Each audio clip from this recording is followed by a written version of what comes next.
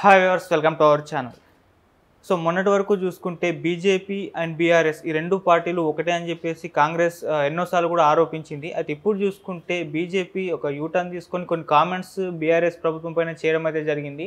So ఇవన్నీ చూస్తే మరి బీజేపీ బీఆర్ఎస్ ఒకటి కాదు అన్నదేమో ప్రజల్లోకి వెళ్తుంది. మరి దీంట్లో వాస్తవం ఎంత ఉంది? సో ఈ అంశం మీద డిస్కస్ చేయడానికి ప్రజెంట్ మనతో పాటు సీనియర్ జర్నలిస్ట్ జగదేవ్ గారు ఉన్నారు. వారితో ఒకసారి డిస్కస్ చేద్దాం. నమస్కారం సార్. నమస్తే సార్, అంటే కాంగ్రెస్ ప్రభుత్వం తీరు బీఆర్ఎస్ నేతల అవినీతిని కప్పిపుచ్చేలా ఉందని చెప్పేసి బండి సంజయ్ గారు ఆరోపించారు. అంటే కాళేశ్వరం ప్రాజెక్టులో లక్షల కోట్ల అవినీతి జరిగిందని మీరే చెప్తున్నారు కదా, మరి సిబిఐ ఎంక్వైరీ జరపచ్చు కదా, మీరు కోరితే కేంద్రం రెడీగా ఉంది కదా అని అంటున్నారు మరి బండి సంజయ్ గారు.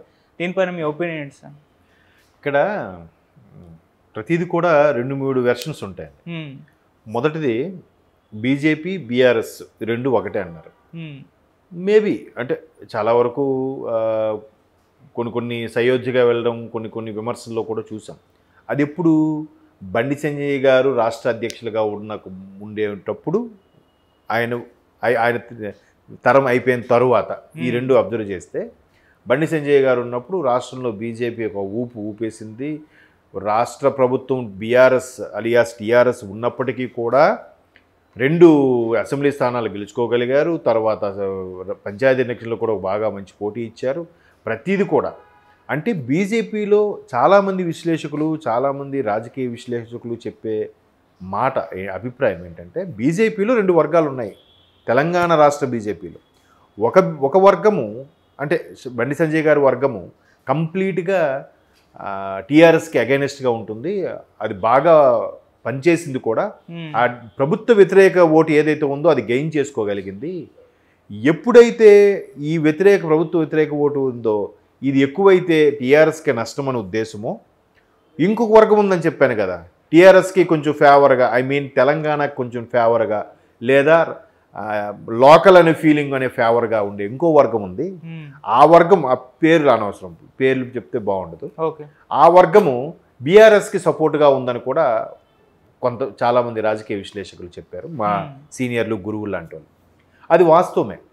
ఎప్పుడైతే ఆ బండి సంజయ్ గారు తప్పించారో లేకపోతే తప్పించుకున్నారో, ఆయన తీశారో పక్కన పెడితే, తర్వాత ఈ రెండో వర్గం ఏదైతే ఉందో ఆ వర్గంకి ఇంకా అడ్డు అదుపు లేకుండా వాళ్ళు నచ్చిన నిర్ణయాలు తీసుకొని కానికి అవకాశం వచ్చింది. బీఆర్ఎస్తోనే ఎక్కువగా సయోధ్యగా ఉండడానికి, బీఆర్ఎస్కే బాగా లేపడానికి ఛాన్స్ ఇచ్చినట్టుంది అంది. అంటే మేబీ ఎప్పుడైతే అధ్యక్షులుగా ఉన్న వ్యక్తికి కూడా తెలియకుండా కొంత వర్గం ఉంటుంది కదా, మేబీ అధ్యక్షులకు తెలియనప్పుడు ఆ అధ్యక్షులు ఏం చేయలేరుగా. అవును. సో ఆ వర్గము ఆ విధంగా పనిచేసింది. అలా పనిచేయడం వల్లే బీజేపీ డౌన్ అయిపోయింది, కాంగ్రెస్ బాగా పుంజుకుందనే వార్తలు ఉన్నాయి. ఇది ఒక వెర్షన్. సో రెండో వెర్షన్ ఏంటంటే, ఎలాగూ బీఆర్ఎస్ బీజేపీ ఒకటే అని టాక్ బాగా వస్తుంది. రేపు రాబోయే లోక్సభ ఎన్నికలు, ఈ లోక్సభ ఎన్నికల్లో ఖచ్చితంగా మన ఉనికి చాటుకోవాలి. ఉన్న 17 స్థానాల్లో కనీసం ఒక 3-4 సంపాదించుకుంటే బీజేపీ సౌత్లో పాగా వేసినట్టు ఉంటుంది. ఆ సీట్లతో దాని మిత్ర పార్టీగా బీఆర్ఎస్ని కానీ లేకపోతే ఇంకే పార్టీని కానీ కలుపుకోవడానికి కూడా అవకాశం ఉంటుంది అనే ఉద్దేశంలో బీజేపీ గట్టిగా ప్రయత్నిస్తుంది. ఇది రెండో వెర్షన్. ప్రయత్నిస్తుంది కాబట్టే బీజేపీ ఏం చేస్తుంది, ఆ మచ్చను పోగొట్టుకోవాలిగా. సో బండి సంజయ్ గారు లాంటితో మళ్ళీ ఇలాంటి స్టేట్మెంట్లు ఇప్పిస్తుంది. ఇదొక వెర్షన్ కదా. లేదు, జెన్యున్గానే రెండు వెర్షన్లు అయ్యాయి ఇప్పటికి. మూడో వెర్షన్ ఏంటంటే, బండి సంజయ్ గారు బీఆర్ఎస్ బీజేపీ ఒకటి కాని పక్షంలో కాంగ్రెస్కి ఎందుకు హైప్ ఇచ్చేయడము లేదు, కాంగ్రెస్కి ప్రత్యామ్నాయం ద వన్ అండ్ ఓన్లీ బీజేపీయే అని తెలియజెప్పే ప్రయత్నంతో మీరు కాంగ్రెస్ ఖచ్చితంగా మీరు వేస్తారు, సిబిఐ ఎంక్వైరీ చేయకుండా మేడిగడ్డ అవి ఇవి గ్రూప్ 2 అవకతవకలు, సచివాలయంలో ఫైల్స్ కాల్ చేశారనో, లేదంటే చాలామంది ఐఏఎస్ ఐపీఎస్లు అవకతవకలు జరిగాయనో, కొంతమంది గ్రూప్ 2 ఎగ్జామ్ రాయనివ్వకుండానే వాళ్ళకి నియమించుకొని జీతాలు ఇచ్చారనో, ఈ రకరకాల అవకతవకలు ఉన్నాయి. వీటన్నిటితో పోల్చితే 50,000 కోట్లతో కాళేశ్వరం ప్రాజెక్టులు జరిగింది కదా, 50,000 70,000 అంటున్నారు, కరెక్ట్ క్లారిటీ లేదు. అన్ని వేల కోట్లలో ఇంత చూస్తే అక్కడ మేడిగడ్డకి బొక్కపడింది. ఇట్లాంటి సందర్భంలో దీనికి ఎందుకు మీరు ఎంక్వైరీ చేయకూడదు అన్నట్టుగా బండి సంజయ్ గారు వాదం. పోనీ కాసేపు బండి సంజయ్ గారు వాదమే నిజం అనుకుందాం.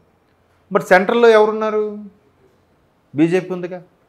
ఓన్లీ రాష్ట్ర ప్రభుత్వమే లేఖ రాయాలండి, మీరు రాయండి బీజేపీ ఉంది. ఇది 4వ వెర్షన్. చూడండి, ఒక స్టేట్మెంటు, ఒక ప్రణాళిక మధ్యలో ఎన్ని రకాల ఉద్దేశాలు ఉంటాయో, ఎన్ని రకాల భావజాలాలు ఉంటాయో, ఎన్ని రకాల ప్లాన్ ఆఫ్ యాక్షన్ ఉంటాయో చూడండి. ఇక 4వది ఏంటి, ముఖ్యమంత్రి రేవంత్ రెడ్డి గారు పని చూసుకోలేదు, పోనీ మీరు రాయండి సిబిఐ ఎంక్వైరీ అని చెప్పి మీరే కోరండి.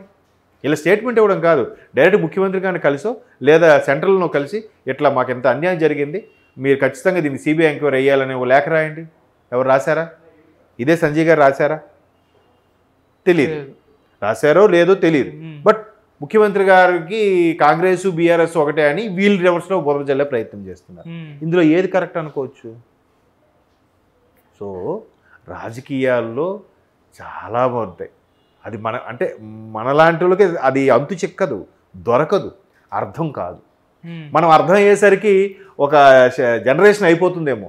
ఎప్పుడో మళ్ళీ 10 ఏళ్ళ తర్వాత అప్పుడు ఇలా జరిగింది, దాన్ని ఎంక్వైరీ చేశారు, ఇప్పుడు వాడికి కేసు వేస్తున్నారని అంటారు.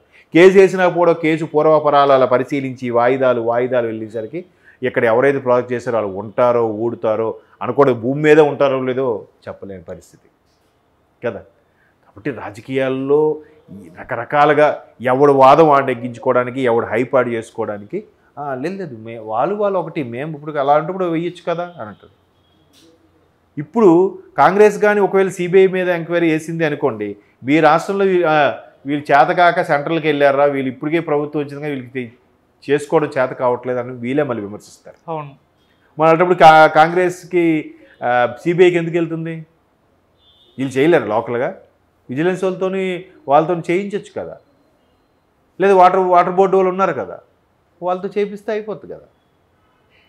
కాబట్టి ఇందులో ఏ వెర్షన్ కరెక్ట్ అనేది మనం పూర్తి స్థాయిలో చెప్పలేం. బట్ మనకి కొంత ఓకే, ఇక్కడైతే ఇప్పుడు అంత పెద్ద ప్రాజెక్ట్ ఇప్పుడు ఇంకో వెర్షన్ చెప్తా. అంత పెద్ద ప్రాజెక్ట్ జరిగినప్పుడు చిన్న చితక మిస్టేక్స్ జరుగుతూ ఉంటాయి. అలా కూడా అనుకోవచ్చుగా. అంటే నేను ఇక్కడ ఏ ఒక్క పార్టీకో ఫేవర్గా మాట్లాడట్లేదు, అంతే కదా. పెద్ద కన్స్ట్రక్షన్ జరుగుతుంటుంది, ఆ కన్స్ట్రక్షన్లో జరిగినప్పుడు ఖచ్చితంగా ఏదో ఒక మేస్త్రికో కూలీకో ఎవరికో ఒక అపాయం జరుగుతుంది కదా. అపాయమే జరగకుండా కన్స్ట్రక్షన్ అవుతుందా? అది ప్రాణాంతకం అవ్వచ్చు, లేదా చిన్న యాక్సిడెంట్లకైనా. ఒక చిన్న యాక్సిడెంట్ కూడా అవ్వకుండా ఏ కన్స్ట్రక్షన్ పూర్తి అవుతుందా? చేయలేరు ఎవరు కూడా. అది కావాలని చేసింది కాదు, అది అంతే. పని జరిగినప్పుడు ఏదో ఎక్కడో ఒక మానవ నైజం ఎక్కడో ఒకటి మర్చిపోవడమో ఏదో చేయడం చేస్తుంటాం. అలాంటప్పుడు జరుగుతాయి కదా. దాన్ని చూసుకుని వీడికి ఎక్కడ కాలుకి ముడుకు విరిగిపోయింది, అడిగి బిల్డింగ్ కూల్చేయండి రా అంటామా? కాదు కదా.